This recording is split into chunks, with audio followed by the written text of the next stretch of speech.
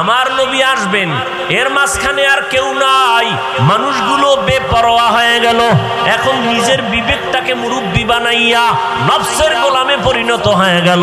মূর্তি পূজা শুরু হয়ে গেল, উল্টা পাল্টা যা পারে আর ওটাকেই সঠিক মনে করে, বিবেকটারে আপন বানাইয়া এরপরে যা করে বলে এটাই সঠিক।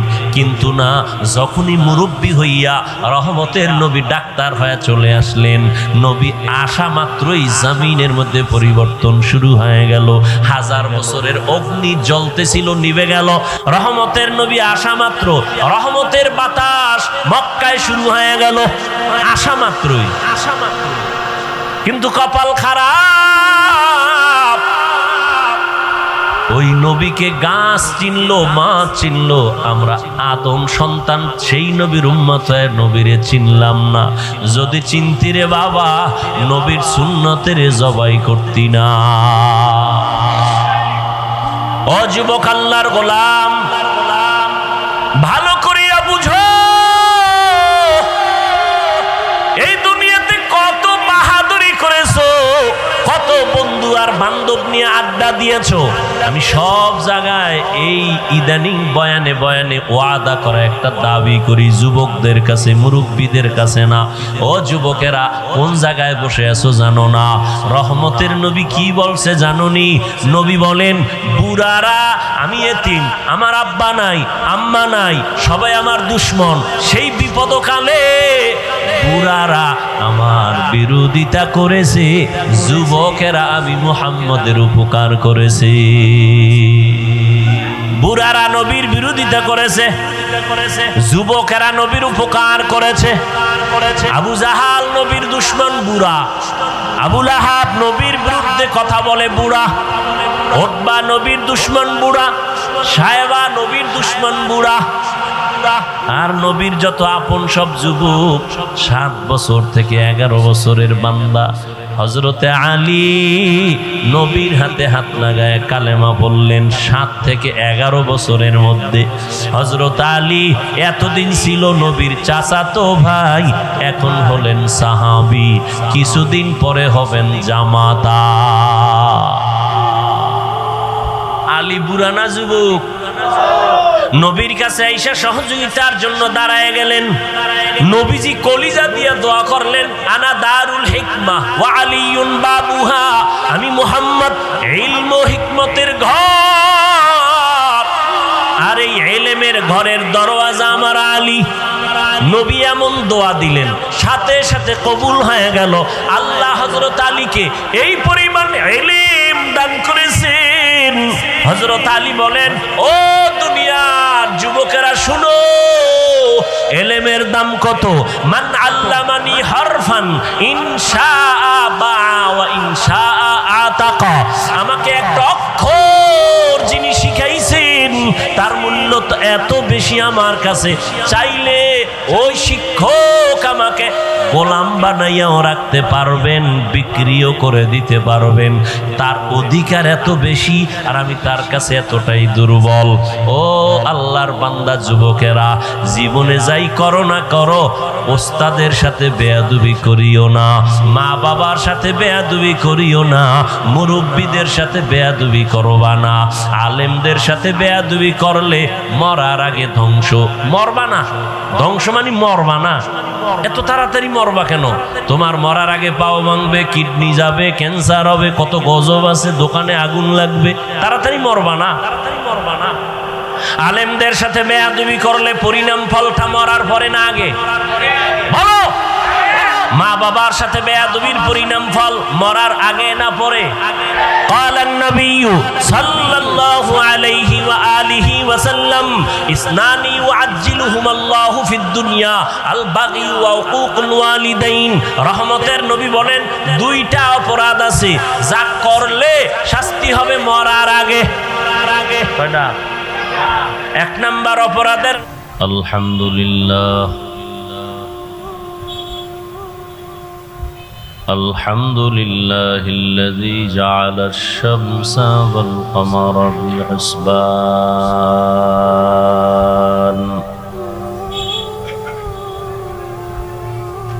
والنجم والشجر يسجدان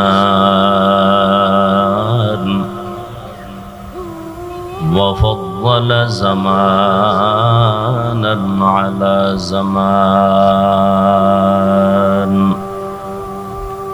كما فضل مكانا على مكان وإنسانا على إنسان ونشهد أن لا إله إلا الله وحده لا شريك له لا ضد له ولا ند له ولا مثل له ونشهد أن سيدنا وسندنا وحبيبنا وحبيب ربنا وطبيب قلوبنا ومولانا محمدا عبده ورسوله أرسله بالحق بشيرا ونذيرا وداعيا إلى الله بإذنه وسراجا منيرا اللهم صل على محمد النبي الأمي وعلى آله وسلم تسليما وبعد فأعوذ بالله من الشيطان الرجيم بسم الله الرحمن الرحيم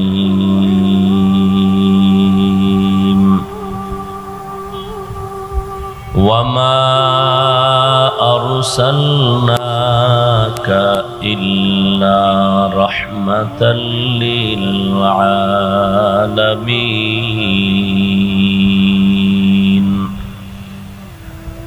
وقال النبي صلى الله عليه وآله وسلم تركت فيكم أمرين لن تضلوا ما تمسكتم بهما كتاب الله وسنة رسوله أو كما قال النبي عليه الصلاة والسلام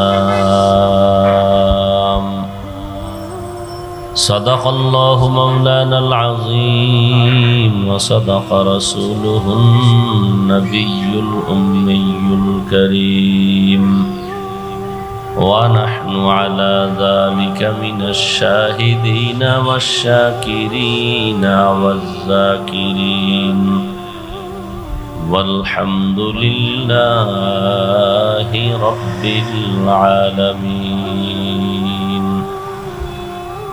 سبحانك لا علم لنا إلا ما علمتنا إنك أنت العليم الحكيم رب اشرح لي صدري ويسر لي أمري واحلل عقدة من لساني يفقه قولي مومن جو فدا نقش کفے پائے نبی ہو مومن جو فدا نقش کفے پائے نبی ہو زیر قدم آج بھی عالم کا خزینہ ہو زیر قدم آج بھی عالم کا خزینہ गर सुन्नत नबवी की करे पैरवी उम्मत, गर सुन्नत नबवी की करे पैरवी उम्मत, तूफान से निकल जाएगा फिर इसका सफीना, तूफान से निकल जाएगा फिर इसका सफीना। आशिक हो बिरादर शहंशाह दो आलम, आशिक हो बिरादर शहंशाह दो आलम, मिश्को से ज़्यादा मुबारक जिसका पसीना, मिश्को से ज़्यादा मुबारक जिसका पसीना। कर दिल में तड़प हो मेरे आका का ज़ियारत, कर दिल में तड़प हो मेरे आका का ज़ियारत। एक आन में आए नबी दिखला दे मदीना, एक आन में आए नबी दिखला दे मदीना। ला इलाहा इल्लल्लाह, ला इलाहा इल्लल्लाह, ला इलाहा इल्लल्लाह, ला इलाहा इल्लल्लाह, ला इलाहा इल्लल्लाह, ला इलाहा इल्लल्लाह, ला इलाहा इल्लल्लाह, ला इलाहा इल्लल्लाह, ला इलाहा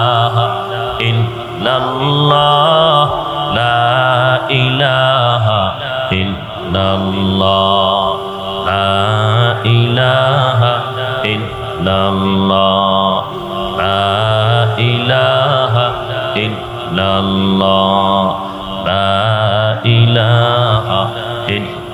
इल्लल्लाह, ला इलाहा इल्लल्लाह, ला इलाहा, ला इलाहा इल्लल्लाह, ला इलाहा इल्लल्लाह, ला इलाहा इल्लल्लाह, ला इलाहा इल्लल्लाह, ला इलाहा इल्लल्लाह, ला इलाहा इल्लल्लाह, ला इलाहा इल्लल्लाह।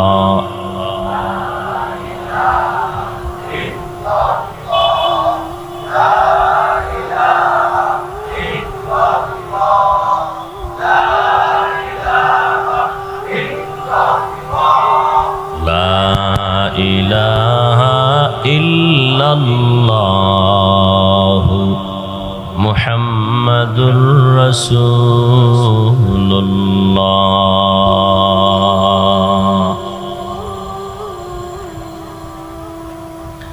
আহলে সুন্নাত ওয়াল জামাত মাধবদী শাখা কর্তৃক আয়োজিত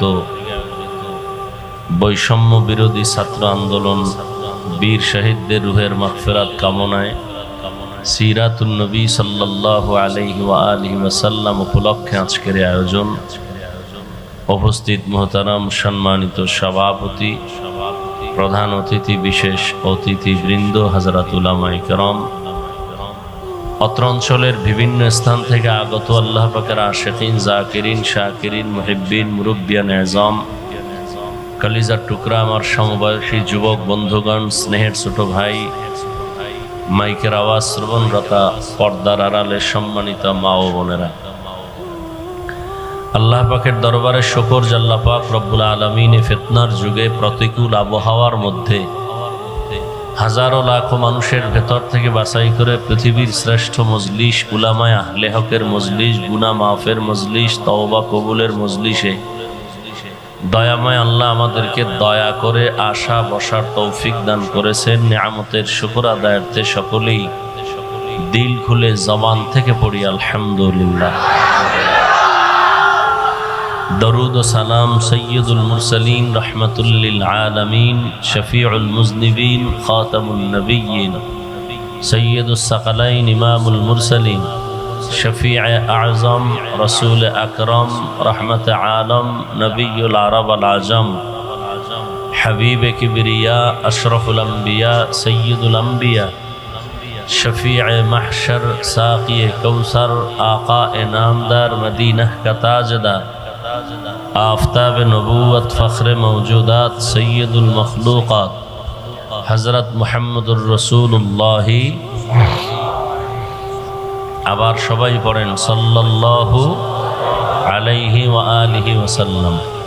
নবীজির উপরে একবার দরুদ পড়লে 3টা পুরস্কার নগদ আল্লাহ দান করেন। প্রথম পুরস্কার 10টা গুনাহ আমলনামা থেকে মাফ হয়ে যাবে, 10টা নেক আমলনামায় যোগ হয়ে যাবে, আল্লাহর দরবারে 10 গুণ মর্যাদা বেড়ে যাবে। অল্প সময়ে কষ্ট করে যারা আয়োজন করেছেন, সময় পরামর্শ দিয়েছেন, উপস্থিত হয়েছেন, মাইক লাইটের ব্যবস্থা করেছেন, জায়গার ব্যবস্থা করেছেন মানুষের বসার জন্য, দয়াময় আল্লাহ দয়া করেছেন। আল্লাহ পাকে খেদমতের বরকতে সবাইকে দুনিয়াতে শান্তি, পরকালে মুক্তির ব্যবস্থা করে দিন।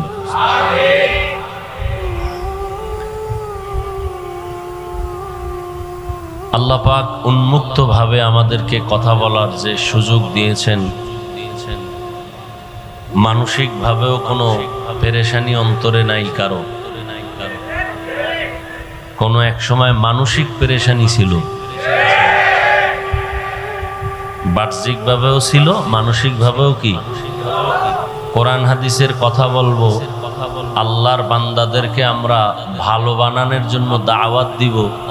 মানুষকে হত্যা, অন্যের হক নষ্ট করা থেকে সুদ, ঘুষ, এরপরে চুরি, ডাকাতি, এর থেকে ফিরাবার জন্য মানুষকে কোরআন সুন্নাহর আলোকে বয়ান করব। আর সে অনুমতি নিতে হবে একটা বেনামাজি সুদখোর থেকে।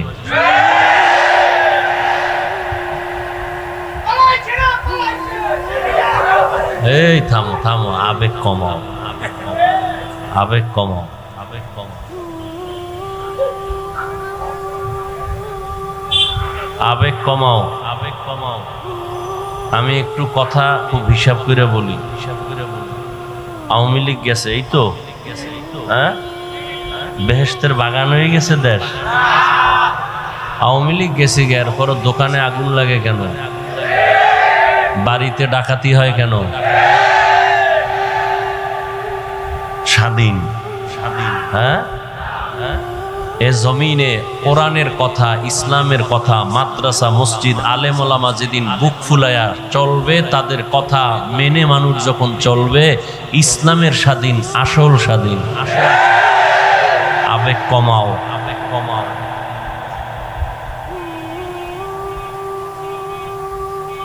চিল্লা চিল্লিও কমাও।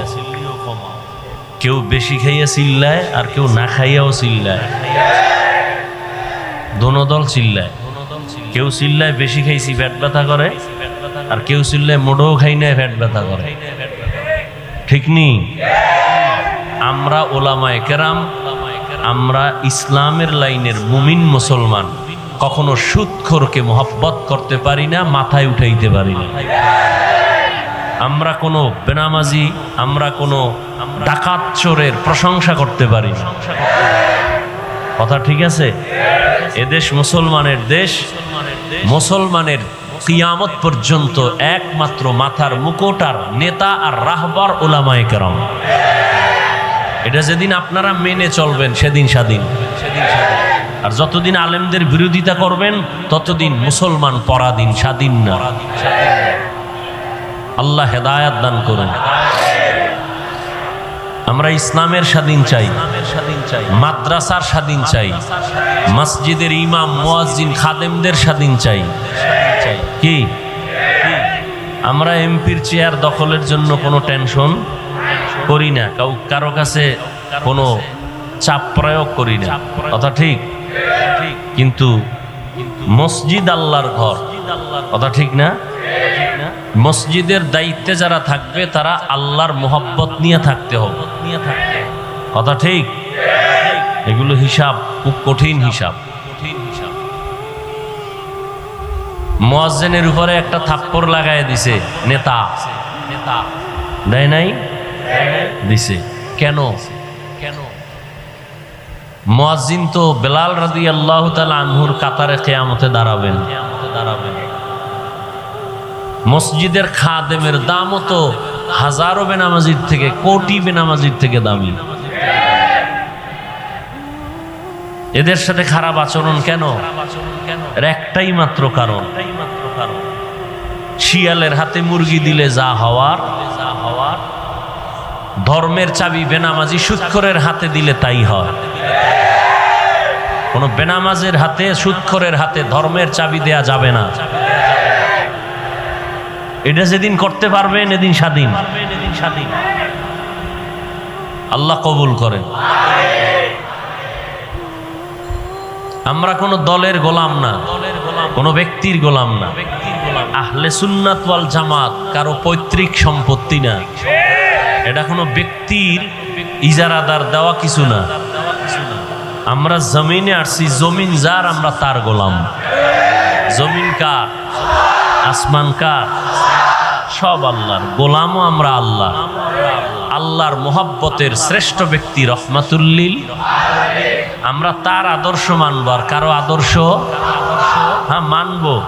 যদি মুহাম্মদের আদর্শ থেকে ভালো কোনো আদর্শ কারো কাছে থাকে তাহলে মুহাম্মদেরটা বাদ দিয়ে মানব। কেউ যদি বলে শেখ মুজিবুর রহমান সাহেবের আদর্শ মদিনাওয়ালার থেকে ভালো তাহলে মানব। যদি কেউ বলে মদিনার নবীর আদর্শ থেকে জিয়াউর রহমান সাহেবের আদর্শ ভালো তাহলে মুহাম্মদেরটা মানব, বাদ দিয়া জিয়াউর রহমান সাহেবেরটা মানব। কিন্তু সারা দুনিয়ার মধ্যে কেউ যদি মাথা উঁচু করে বলতে পারে মুহাম্মদের আদর্শ বাদ দিয়া এরশাদ সাহেবের আদর্শ খুব চমৎকার, তাহলে আমরা মানতে বাধ্য, মানব। আমি মানব, কেউ না মানলেও। যদি কেউ বলতে পারে মুহাম্মদের আদর্শ বাদ দিয়া আব্রাহাম লিঙ্কনের গণতন্ত্রের আদর্শ ভালো, আমি মানব।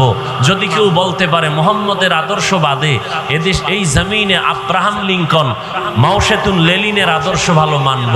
কিন্তু না, কেউ বলতে পারে নাই, বরং ফাইনাল এটা হয়ে গেছে সারা দুনিয়াতে পৃথিবীর সব মানুষের বানানো আদর্শ নাপাক, একমাত্র মদিনার আদর্শই হলো পাক।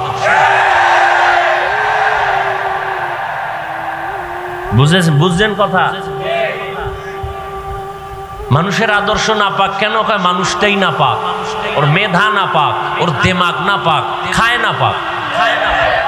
খায় নাপাক। মদ খাওয়া কি পাক না নাপাক? বিড়ি টানে পাক না নাপাক? গাঞ্জা খায় পাক না নাপাক? বেপর্দা নারীর উপরে হামলা করে পাক না নাপাক? এই নাপাক খানেওয়ালারা আদর্শ দিলে আদর্শ পাক হবে না নাপাক? আমার রসুলের আদর্শ পাক, আমার রসুলই পাক। আমার রসুল জীবনে একটা মিথ্যা কথা বলেননি। আমার রসুল কোনোদিন কাউকে একটা গালি দেন নাই। গালি হাজার আসছে নবী, কানো গালির জবাবও দেন নাই। কেমন নবী? রহমতের নবী, যে নবী রহমাতুল্লিল আলামিন কোনোদিন চোখ দুটো গরম করে কারো দিকে তাকান নাই। কেমন মায়ার নবী! সেই নবীর আদর্শের যারা ধারক বাহক হবেন, ওই আদর্শ মেনে যারা চলবেন, এদের একটা সাইনবোর্ড হলো রসুলের দাওয়া আহলে সুন্নাত ওয়াল জামাত। বলেন আহলে সুন্নাত ওয়াল জামাত। আল্লাহ মাহফিল কবুল করেন, আল্লাহ পুরা এলাকায় শান্তি দান করেন। আল্লাহ মাহফিলের বরকতে আমার দেশ, আমার জাতিকে জুলুম থেকে হেফাজত করেন এবং এই জুলুমের প্রতিবাদে গিয়া বৈষম্য বিরোধী আন্দোলনে যে ছাত্র, মহিলা, বোন, মা যারা দুনিয়ার থেকে বিদায় নিছেন, আল্লাহ শাহাদাতের মর্যাদা দেয়, তাদেরকে জান্নাত দান করুন। যারা অসুস্থ হসপিটালে পড়ে আছেন, আল্লাহ তাদেরকে পূর্ণ শেফা দান করেন। হকের পক্ষে, আল্লাহর পক্ষে, দ্বীনের পক্ষে, বাতিলের বিরুদ্ধে আমাদেরকে সোচ্চার ভূমিকা পালন করে চলার তৌফিক দান করেন। আমি আয়াত পড়েছি, আপনাদের পরিচিত একটি আয়াত। সবাই কোরআন শরীফ পড়তে না জানলেও আয়াতটা পারেন। ওয়ামা আরসালনাকা ইল্লা রাহমাতাল লিল আলামিন। আল্লাহ কি বলেন? আল্লাহ কি বলেন? ওয়ামা আরসালনাকা ইল্লা রাহমাতাল লিল আলামিন।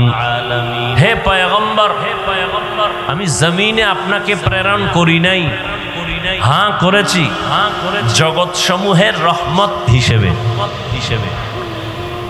রাসূলের একটি হাদিস পড়েছি, নবী বলেন, তারাকতু ফীকুম আমরাইন লান তাদিল্লু মা তামাসসাকতুম বিহিমা কিতাবাল্লাহি ওয়া সুন্নাত রাসূলি।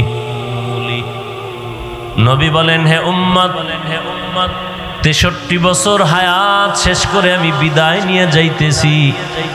উম্মত হাজার চেষ্টা করেও আর আমাকে কখনো দেখবা না, আর পাইবা না। আমিও কালেমার দাওয়াত নিয়ে আসবো না। যেই নবীকে একটা নজর দেখলে পেটের ক্ষুধা নিবারণ হয়ে যায়, এত মায়ার নবীকে সাহাবায়ে কেরাম দেখতেন, খানার চিন্তাও করতেন না। সেই রহমতের নবী 63 বছর হায়াত শেষ করে বিদায় বেলা বলেন, উম্মত তোমাদের মাঝে আমি দুটো জিনিস রেখে যাই এবং চ্যালেঞ্জ দিয়ে গেলাম, এই দুইটা জিনিস যদি তোমরা আঁকড়ায় ধরো, তোমাদের ঈমানও যাবে না, সম্মানও যাবে না। কয় জিনিস? কিতাব আল্লাহ ওয়া সুন্নাত রাসূলি। প্রথম হলো আল্লাহর কিতাব কোরআন, দ্বিতীয় হলো রসুলের সুন্নত, নবীর আদর্শ, রসুলের সুন্নত। 1500 বছর পরে সারা দুনিয়ার অবস্থা অন্ধকার, মুমিনের ঈমানের হালাত বড় দুর্বল, চতুর্মুখী ষড়যন্ত্র চলতেছে, বিধর্মীরাও করতেছে, আবার ইসলামের ব্যানার লাগায় কিছু মুসলমান মুনাফেকেরাও করতেছে। ওয়াজের মাইক বন্ধ করে দাও, মসজিদের মাইক বন্ধ করে দাও, কি মাদ্রাসায় তালা লাগাও, বয়ান হবে, কোনো গরম বয়ান করা যাবে না, মন মতো করতে হবে। বিভিন্ন পার্শ্ব প্রতিক্রিয়া চলতেছিল, এখনো চলতেছে। যদি ওপেন চলতো এখন গোপনে চলে। কি ওপেনে চলতো এখন গোপনে। সব ইহুদি খ্রিস্টানরা ঘুমায় না, তুমি ঘুমাও, স্বাধীন স্বাধীন কয়া ঘুমাও, কিন্তু নাস্তিক বেঈমানেরা ঘুমায় না। ওরা তলে তলে ওদের উদ্দেশ্য হাসিল বলে কেমন? এনজিও এই বাংলার জমিনে যদি 20 বছর পেছনে থাকে, এই 1 মাসে তারা 20 বছর আগায় গেছে। খবর নাই, খবর নাই। এরে আল্লাহর গোলাম, সমকামিতা, ট্রান্সজেন্ডারের নামে শিক্ষানীতিকে ধ্বংস করার যত রাস্তা খোলা দরকার, এরা বসে নাই, তুমি আমি বসে আছি, ঘুমাইতেছি। এরা কিন্তু বসে নাই। আগে আমরা অক্ষরের প্রতি শব্দ পড়তাম, কত সুন্দর বাংলা স্বরবর্ণ ব্যঞ্জন বর্ণর প্রতি শব্দ পড়তাম। সরোয়া অজু, সরায়াতে আল্লাহ করছি না, কথা কেন? আর এখন এগুলোর বিপরীত শব্দ আসতেছে। সরোয়াতে অজগর, সরায়াতে আপা। আর একটা অক্ষর আছে সরে ও, কি সরে? এটার অর্থ শব্দ দিছে ওড়না। কি ওড়না? কয় ওড়না পরা হারাম, এতে নাই কোনো আরাম। শব্দ বানাইছে। একটা জাতিকে ধ্বংস করার জন্য যত রাস্তা আছে, এর মধ্যে প্রধান রাস্তা হলো শিক্ষার মেরুদণ্ড ভেঙে দাও, ভেঙে দাও। শিক্ষার মেরুদণ্ড ভেঙে দাও, ভেঙে দাও। তাহলে জাতি দুর্বল হয়ে যাবে। দ্বিতীয় পথ, একটা জাতিকে ধ্বংস করার যত রাস্তা আছে, প্রধান একটা রাস্তা শিক্ষার মেরুদণ্ড ভেঙে দাও। দ্বিতীয় মেরুদণ্ড হলো একতাবদ্ধ যেন না হতে পারে, ঐক্যের চেয়ার ভেঙে দাও, তাহলে জাতি দুর্বল হয়ে যাবে। ওলামায়ে কেরাম যেই দেশে এক, ওই দেশের মুসলমান এক, ওই দেশে ইসলামের বিজয় আসবে সুনিশ্চিত। এই জন্য বেঈমানরা আদা জল খাইয়া মাঠে নেমে আছে। আলেমদের মধ্যে যেন দ্বন্দ্ব থাকে, দলাদলি থাকে, এক হতে না পারে। ওলামায়ে কেরাম যখন এক হবে, এদেশে নাস্তিকরা কথা বলার আগে আলেম থেকে অনুমতি নিতে হবে। এজন্য সব নাস্তিক বেঈমান গোষ্ঠী পাগল পারা হয়ে আছে, আলেমদেরকে আলাদা করে রাখতে হবে। আল্লাহ হেদায়েত দান করুন, আল্লাহ হেদায়েত দান করুন। খুব কঠিন। গীবত করা হালাল না হারাম?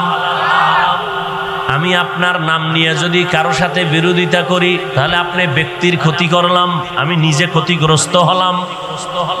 কিন্তু নবী বলেন আলেম ওলামাদের গীবত করা এটা আরো মারাত্মক, কঠিন থেকে কঠিন, কঠিন থেকে কঠিন।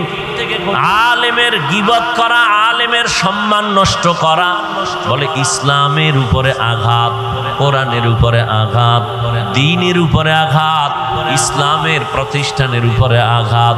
কারণ সারা দুনিয়ার সাধারণ মুসলমান মানুষ আলেমের প্রতি দুর্বল, এজন্য তারা কথা বলে মানুষ অন্তরের এটা গেঁথে নেয়, যা বলে মেনে নেয়। এই আলেমদের প্রতি এত মানুষের আবেগ মোহাব্বত, এই জন্য আলেমদের বিরোধিতা করা এটা সাধারণ কোনো মানুষের বিরোধিতা গীবত করা থেকেও মারাত্মক অপরাধ, মারাত্মক অপরাধ। আল্লাহ এই গীবত থেকে আমাদেরকে হেফাজত করেন। লুহুমুল উলামাই মাসমুমাহ, নবী বলেন ওলামায়ে কেরামের গীবতের উদাহরণ আল্লাহ কোরআনে দিয়েছেন মরা ভাইয়ের গোশতের সাথে। ইয়া আইয়ুহাল্লাযীনা আমানু, ইয়া আইয়ুহাল্লাযীনা আমানু জতানিবু কাসীরাম মিনায-যন ইন্না বা'যায-যন্নি ইসমুন ওয়ালা তাজাসসু ওয়ালা ইয়াগতাব বা'যুকুম বা'যা আইয়ুহিব্বু আহাদুকুম আন ইয়াকুলা লাহমা আখিহি মাইতান ফাকারিহতুমুহু ওয়াত্তাকুল্লাহ ইন্নাল্লাহা তাওয়াবুর রহিম। তোমরা ধারণা থেকে, খারাপ ধারণা থেকে নিজেকে বাঁচাও। কিছু কিছু ধারণা মারাত্মক গুনাহ, গীবত শেখায়াত করিও না। করলে তোমরা কি পছন্দ করো? আল্লাহ প্রশ্ন করেন, তোমরা কি পছন্দ করো মরা ভাইয়ের গোশত খাবা? ফাকারিহতুমুহু, তোমরা আসলে পছন্দ করো না। ওয়াত্তাকুল্লাহ, আল্লাহকে ভয় করো। ইন্নাল্লাহা গফুর তাওয়াবুর রহিম, আল্লাহ তাআলা তওবাকারীকে ভালোবাসেন, দয়া করেন, মায়া করেন। এরে আল্লাহর বান্দা, গীবত করা মারাত্মক, মরা ভাইয়ের গোশত খাওয়ার সমতুল্য আল্লাহ কোরআনে বলেন। হাদিসে পাকে নবী বলেন আল গীবাতু আশাদ্দু মিনাজ জিনা, গীবত করা জিনা থেকেও মারাত্মক অপরাধ। গোশত খাইতে কেউ চায় না, জিন্দা তো, মরা তো দূরের কথা, জিন্দা ভাইয়ের গোশত খাবে না, তো মরাটা তো আরো মারাত্মক। এই ভাইদের মধ্যে আবার আলেমদের গোশত আরো কঠিন, বিষ। ওলামায়ে কেরামের গোশত আরো বিষ। এটা কেমন বিষ? এটা খাওয়ার আগে গ্রান নিতে গেলে অসুস্থ হয়ে যাবে, রসুলের কথা। গ্রান নিতে গেলে অসুস্থ, খাইতে গেলে মরবে, মরার আগে মরে যাবে। এজন্য দোয়া করি আল্লাহ উলামায়ে কেরামদেরকে এক ও নেক হয়ে কাজ করার তৌফিক দান করেন।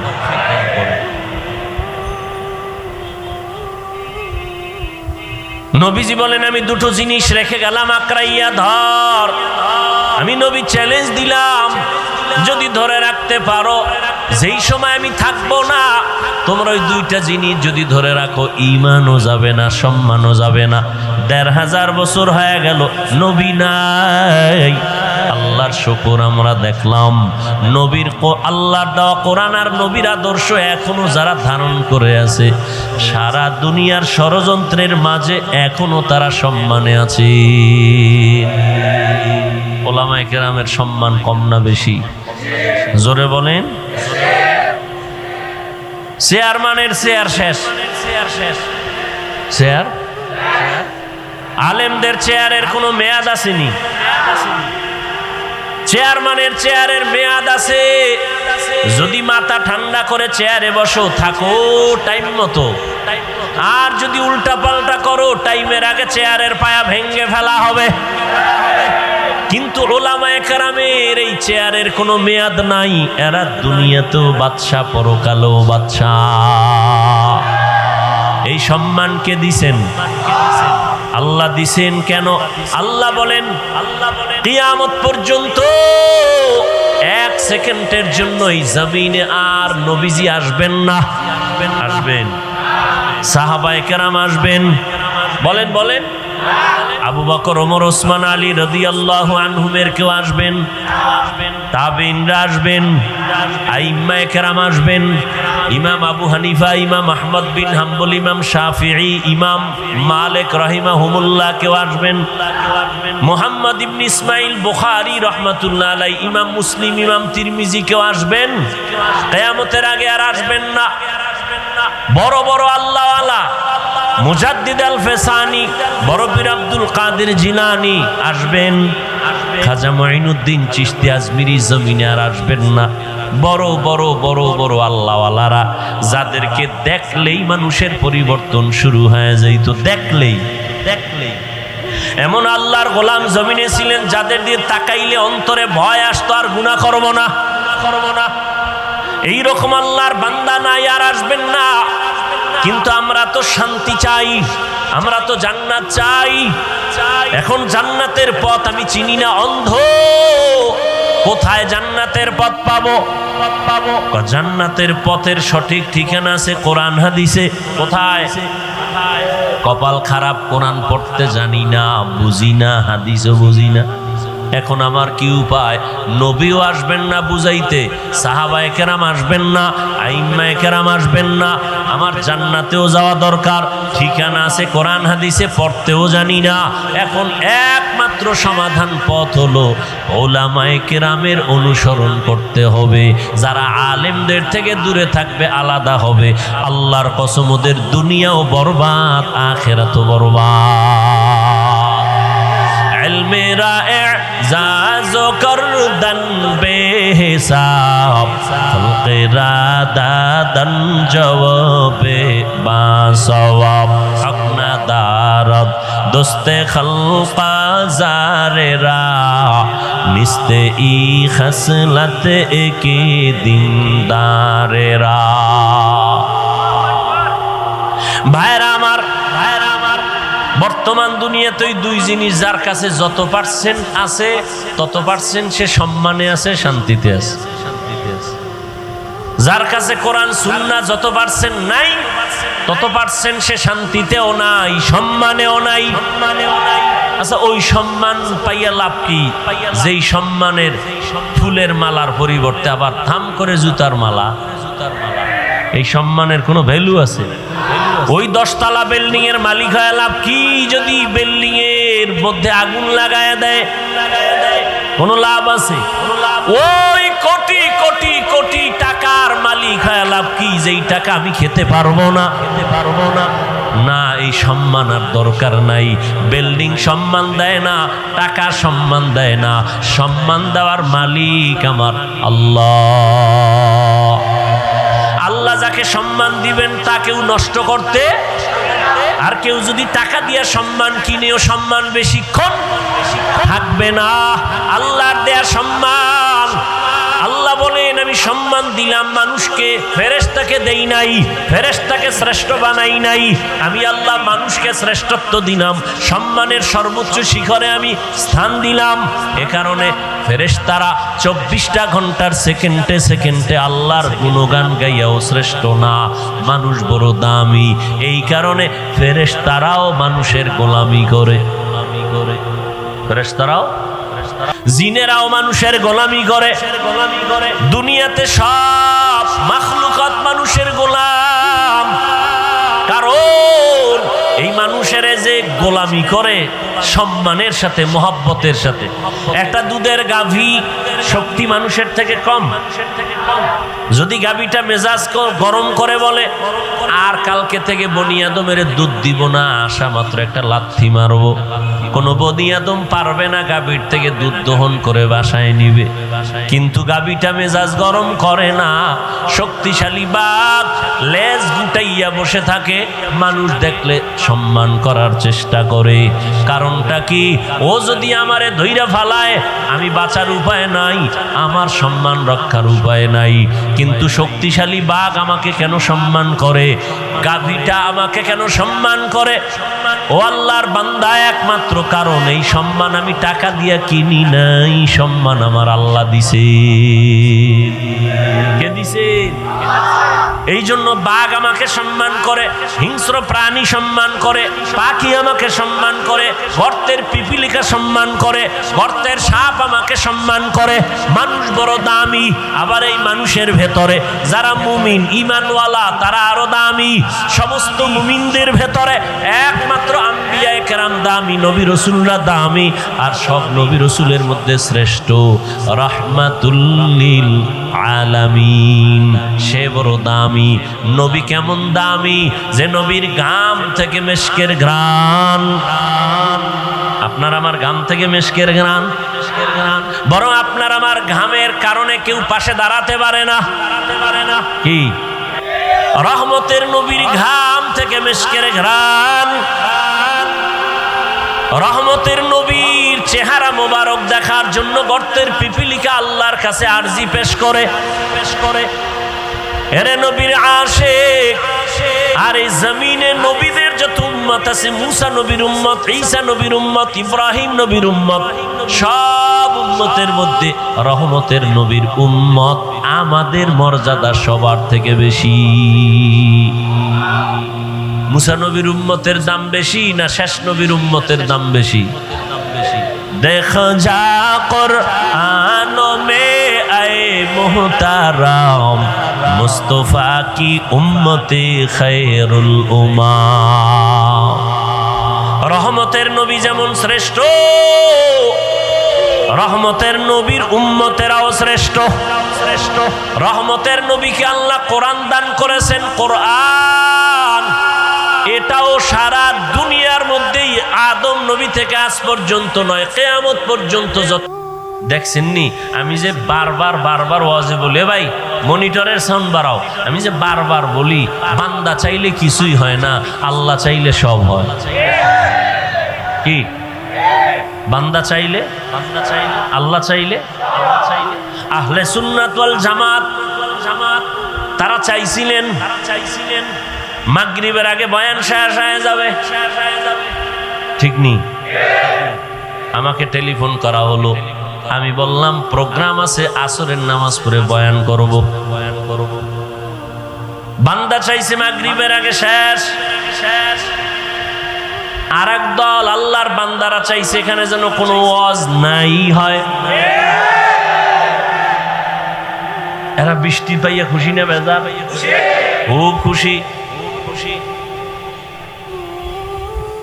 এই 15 বছরে যেই পরিমাণ খুশি হয় নাই, আজকে বৃষ্টিতে তার আরো খুশি। আল্লাহ কাজা তো গো একটু খুশি করলাম। কিন্তু যারা মাগরিব পর্যন্ত যাইছিল, এগো মনটা খুশি না বেজার হয়ে গেছে, চোখে পানি। চাইছিলাম মাগরিব পর্যন্ত হবে, তাও তো হচ্ছে না, বৃষ্টি।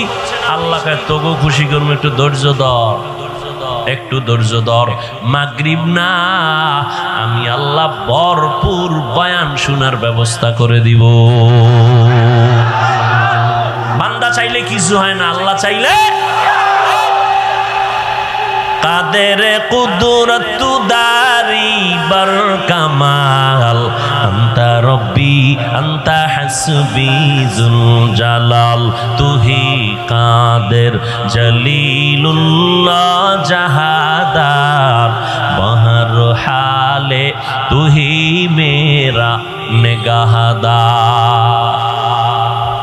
এরে আল্লাহর গোলাম, আল্লাহ পাকে মাহফিল নাজাত ও হেদায়াতের জন্য কবুল করেন।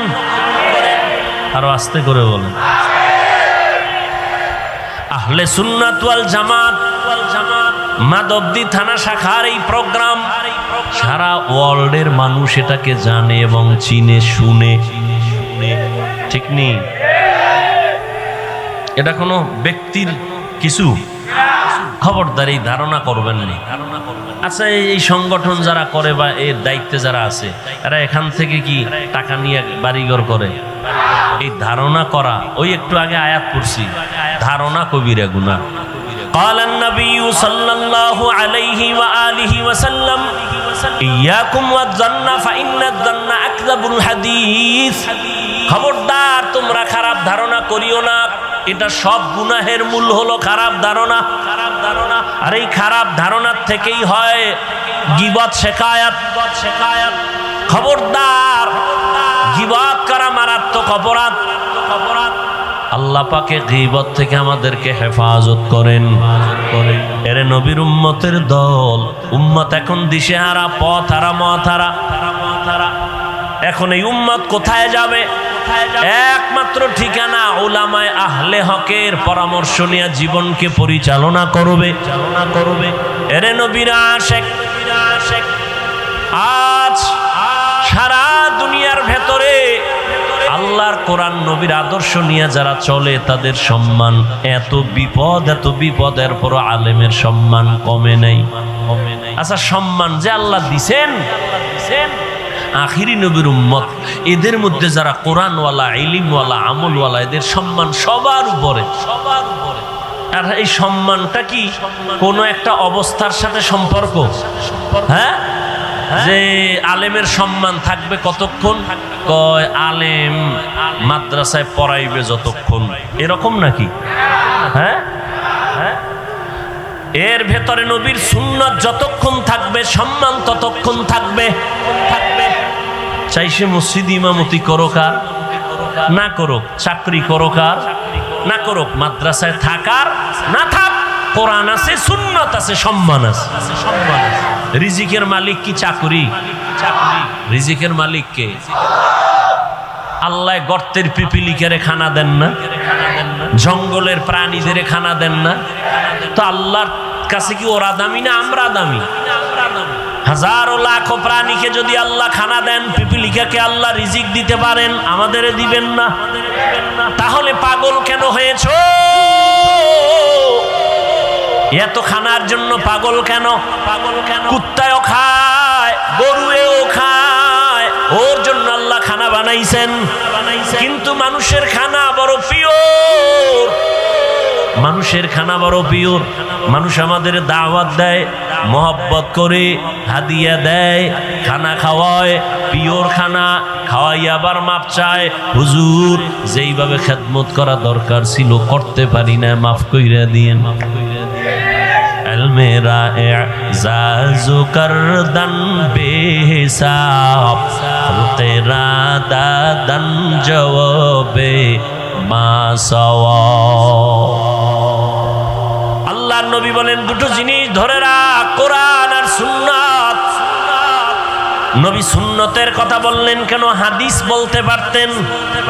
এ বিষয়ে আলোচনা উলামায়ে কেরাম করে থাকেন, আপনারাও শুনে থাকবেন, আমি ওদিকে যাব না। আয়াতের মধ্যে নিয়ে কিছু আলোচনা করব। ওয়ামা আরসালনাকা ইল্লা রাহমাতাল লিল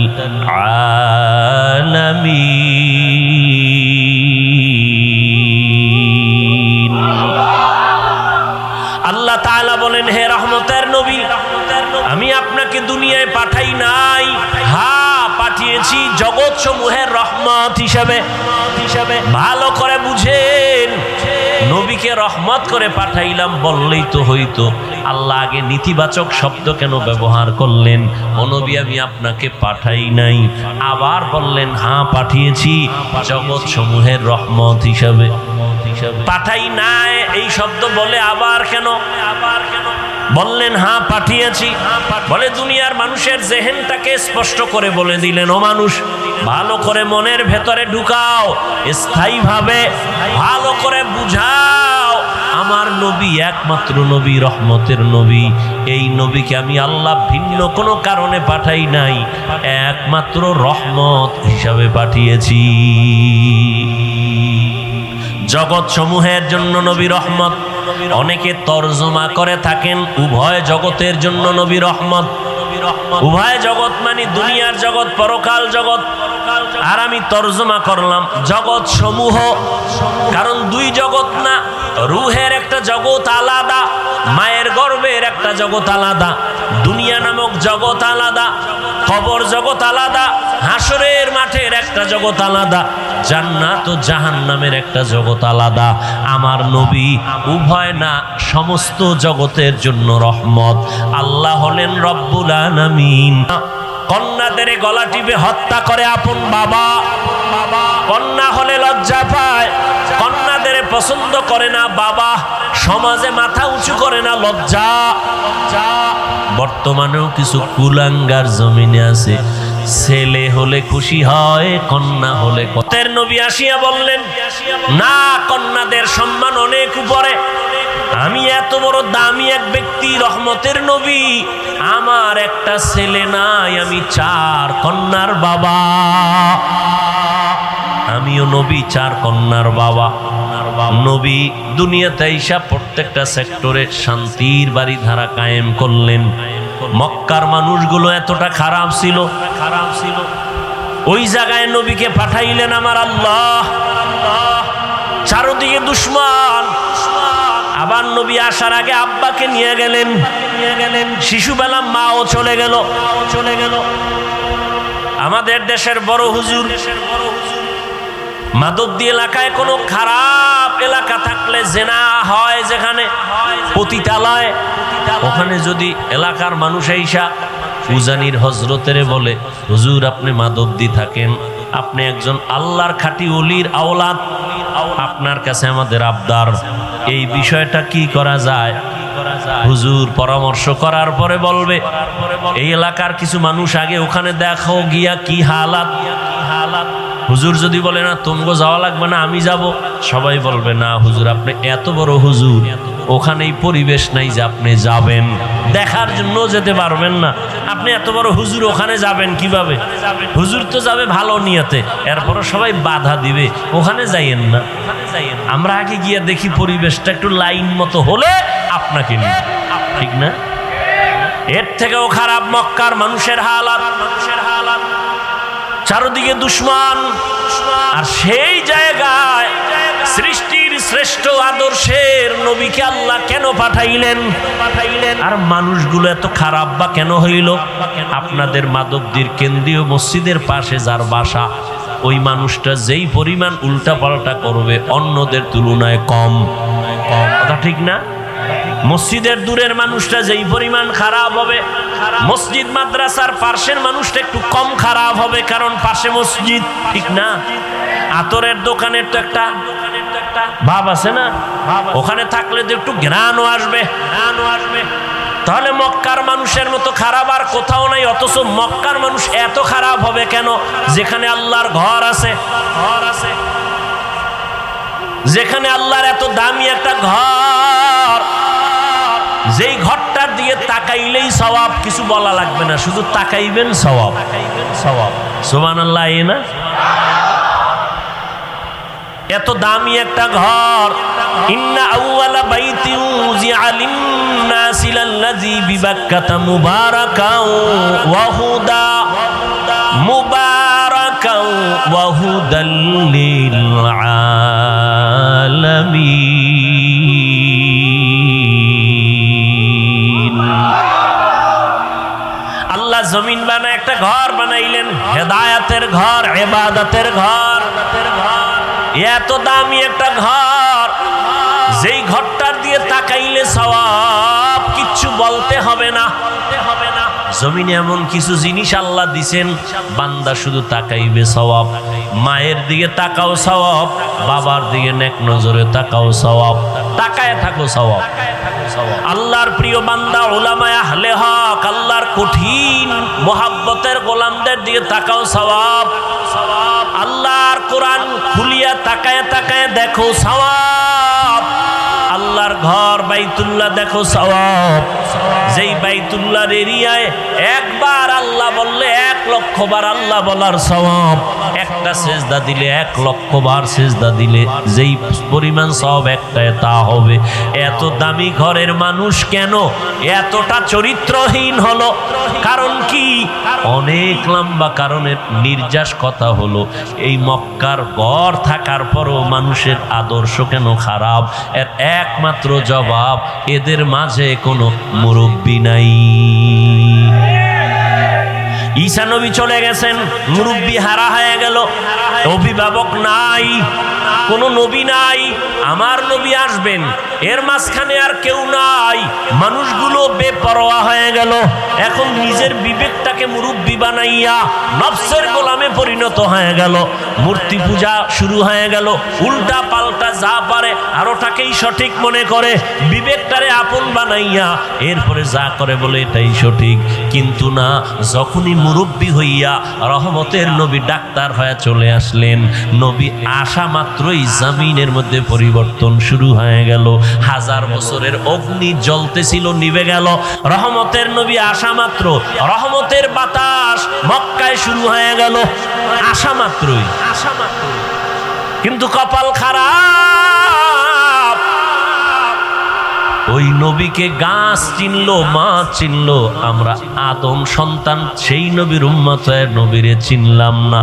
যদি চিনতি রে বাবা, নবীর সুন্নতের জবাই করতি না। ও যুবক আল্লাহর গোলাম, ভালো করিয়া বুঝো, এই দুনিয়াতে কত বাহাদুরি করেছো, কত বন্ধু আর বান্ধব নিয়ে আড্ডা দিয়েছো। আমি সব জায়গায় এই ইদানিং বয়ানে বয়ানে ওয়াদা করা একটা দাবি করি যুবকদের কাছে, মুরব্বীদের কাছে না। ও যুবকেরা, কোন জায়গায় বসে আছো জানো না? রহমতের নবী কি বলছে জানোনি? নবী বলেন, বুড়ারা, আমি এতিম, আমার আব্বা নাই, আম্মা নাই, সবাই আমার দুশ্মন। সেই বিপদকালে বুড়ারা আমার বিরোধিতা করেছে, যুবকেরা আমি মুহাম্মদের উপকার করেছে। বুড়ারা নবীর বিরোধিতা করেছে, যুবকেরা নবীর উপকার করেছে। আবু জাহাল নবীর দুশ্মন বুড়া, আবু লাহাব নবীর বিরুদ্ধে কথা বলে বুড়া, উতবা নবীর দুশ্মন বুড়া, সায়েবা নবীর দুশ্মন বুড়া। আর নবীর যত আপন সব যুবক, 7 বছর থেকে 11 বছরের বান্দা। হযরতে আলী নবীর হাতে হাত লাগায় কালেমা বললেন 7 থেকে 11 বছরের মধ্যে। হযরত আলী এতদিন ছিল নবীর চাচাতো ভাই, এখন হলেন সাহাবী, কিছুদিন পরে হবেন জামাতা। আলী বুড়া না যুবক?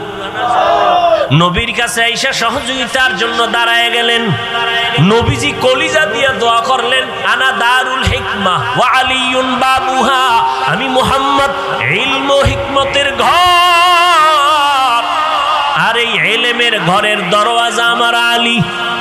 নবী এমন দোয়া দিলেন, সাথে সাথে কবুল হয়ে গেল। আল্লাহ হযরত আলীকে এই পরিমাণ ইলম দান করেছেন।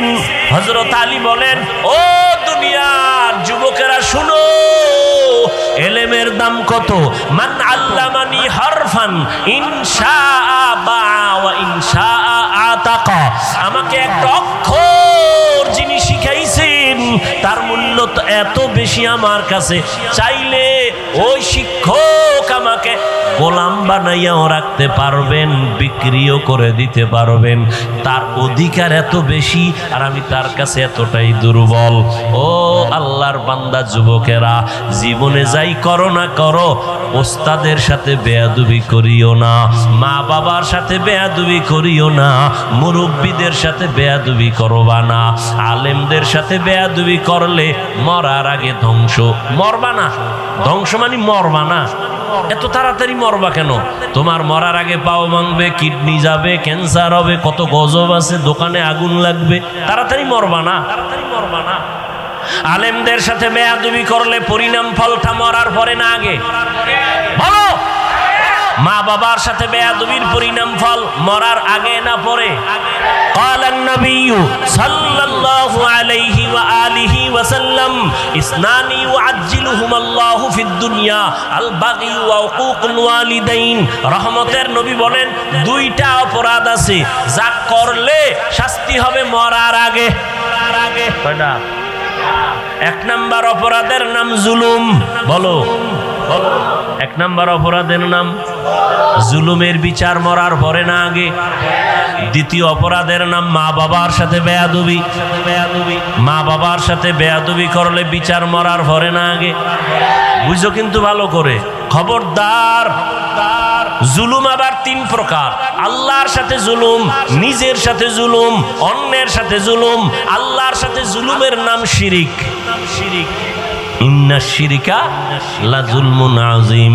আল্লাহর সাথে শিরিক করা হলো বড় জুলুম। ও আল্লাহ, আমাদেরকে জুলুম থেকে, শিরিকের গুনাহ থেকে আমাদের ঈমান ও আমলকে হেফাজত করে। নিজের সাথে জুলুম করা, অন্যের সাথে জুলুম করা। নিজের সাথে জুলুমের এক অর্থ আমার হাতের সাথে জুলুম, চোখের সাথে জুলুম, কানের সাথে জুলুম, জবানের সাথে জুলুম, অন্তরের সাথে জুলুম। আল্লাহ হাত যেই কাজের জন্য বানাইছেন ওই কাজে হাত ব্যবহার না করা হাতের জুলুম। আল্লাহ চোখ যেই কাজের জন্য বানাইছেন চোখ ওই কাজে ব্যবহার না করা চোখের জুলুম। আল্লাহ জবানটা যেই কাজের জন্য দিছেন জবানটা ওই কাজে ব্যবহার না করা জবানের জুলুম। এরে আল্লাহর বান্দা, এটা নিজের সাথে জুলুম।